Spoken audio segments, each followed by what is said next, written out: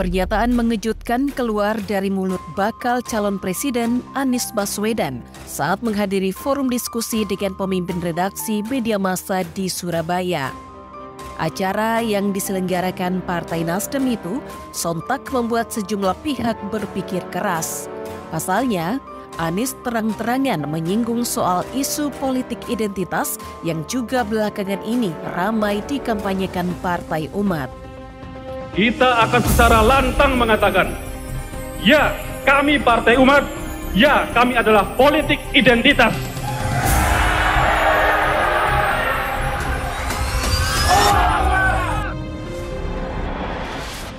Menurut Anies, politik identitas tak bisa dihindari.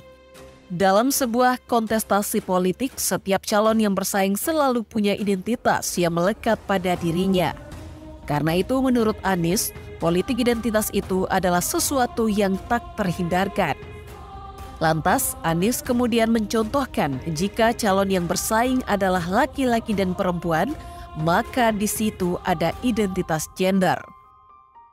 Pun demikian ketika ada dua calon yang berbeda suku, bisa jadi pendukung kedua kubu akan berkutat dengan isu perbedaan suku. Dan hal itu lumrah terjadi di pemilu. Anies kemudian bercerita tentang apa yang terjadi pada Pilkada DKI tahun 2017 silam. Kala itu yang bersaing adalah paslon dengan latar belakang beda agama. Anies berpasangan dengan Sandiaga Uno melawan Basuki Cahayapurnama atau Ahok yang berpasangan dengan Jarod Saiful Hidayat. Menurut Anies, komposisi calon yang bersaing pada Pilgub DKI 2017 itu agamanya berbeda. Maka dengan demikian, identitas yang terlihat adalah identitas agama. Oleh sebab itu, kata Anies, penting bagi tiap calon yang bersaing dalam pemilu untuk memiliki kedewasaan. Setelah pemilu selesai, harus ada titik temu antara masing-masing kubu. Bagi Anies, tak masalah bagi siapapun untuk tidak suka kepadanya, sekalipun ia dibenci karena identitas yang berbeda. Pesan Anies memang sudah jelas. Ia cenderung menerima politik identitas sebagai sesuatu yang lumrah. Jika pendukungnya mengusung politik suku, agama, dan ras saat Pilpres nanti, Anies kemungkinan akan menerima itu sebagai sesuatu yang wajar. Ia bahkan tak berani melarang pendukungnya untuk memanfaatkan SARA sebagai mesin peraih kekuasaan. Meski isu-isu tersebut sangat riskan membakar keharmonisan dan toleransi di Indonesia, sebagaimana yang terjadi pada Pilgub DKI lalu. Alhasil, akibat Pilgub DKI tahun 2017, pengkotak-kotakan pendukung masih terasa sampai saat ini. Narasi kebencian yang tak terhindarkan selama Pilgub DKI masih menjadi luka sejarah yang sulit untuk dihapus.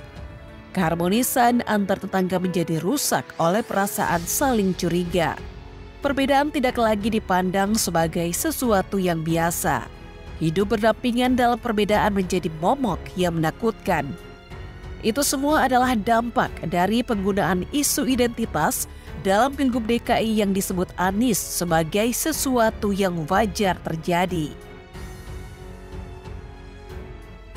Entah Anies sadar atau tidak, fakta sosial di atas adalah contoh dampak buruk penggunaan politik identitas dalam ruang demokrasi.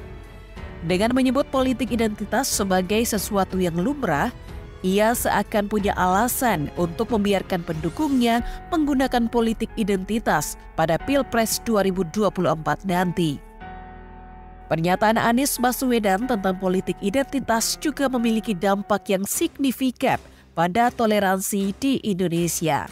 Sebagian besar orang di Indonesia menganggap toleransi sebagai nilai penting dalam kehidupan sosial, politik, dan budaya. Namun, mengusung politik identitas dalam konteks pemilu dapat memicu konflik dan memperburuk polarisasi masyarakat.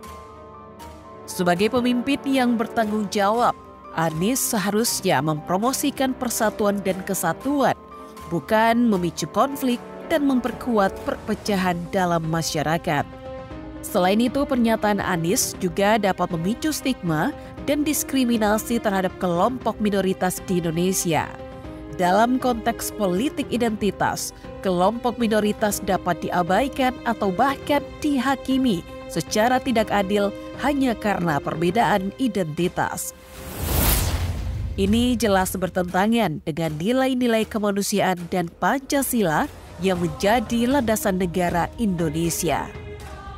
Jujur, setelah membaca berita di atas, sebetulnya kita berharap bahwa Anies akan bersikap tegas untuk menolak politik identitas dalam proses berdemokrasi. Namun sayangnya, solusi yang ia tawarkan justru melompat ke proses setelah pemilu. Ia berharap agar pihak yang kalah dan menang bisa bersikap dewasa usai pemilu selesai. Kesimpulan ini sangat tidak bertanggung jawab karena Anies seakan membiarkan politik identitas berseliweran di saat pemilu dan mengharapkan situasi damai setelah pemilu. Ini adalah sesat pikir yang perlu diluruskan. Anies seharusnya sadar bahwa proses pemilu yang sehat akan melahirkan tatanan sosial yang sehat.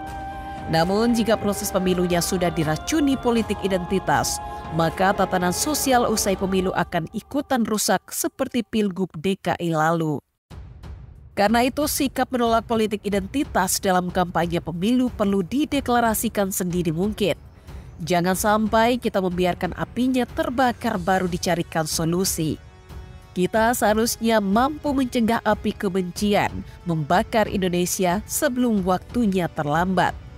Satu hal yang perlu ditakuti bahwa jangan sampai pernyataan Anies ini adalah wanti-wanti terhadap Pilpres 2024 mendatang. Jika pernyataan ini adalah pesan Anies untuk memakai politik identitas, maka bersiaplah, badai besar sedang menanti. Hati-hati, beragama dan beribadah itu dijamin oleh konstitusi kita, dijamin oleh Undang-Undang Dasar 1945, pasal 29 ayat 2. Sekali lagi, dijamin oleh konstitusi. Ini harus ngerti. Dandim, Kapolres, Kapolda, Pangdam harus ngerti ini. Kejari, Kejati. Jangan sampai yang namanya konstitusi itu kalah oleh kesepakatan. Konstitusi tidak boleh kalah dengan kesepakatan. Ada rapat FKUB misalnya, ini misalnya. Sepakat tidak memperbolehkan membangun tempat ibadah. Hati-hati loh, konstitusi kita hati-hati loh, menjamin itu. Ada peraturan wali kota, atau ada instruksi bupati, hati-hati loh, kita semua harus tahu masalah ini. Konstitusi kita itu memberikan kebebasan beragama dan beribadah.